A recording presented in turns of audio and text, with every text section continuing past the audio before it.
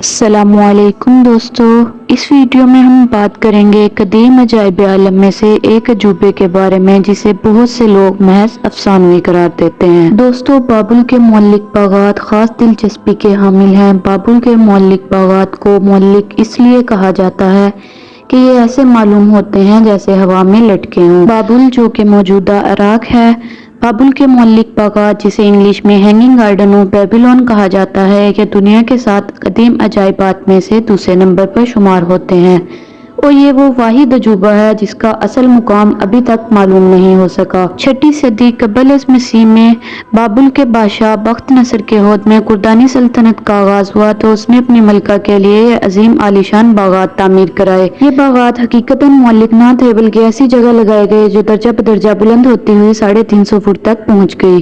बाबुली मतून में इन बागात का कोई लंबा चौड़ा तस्करा मौजूद नहीं है।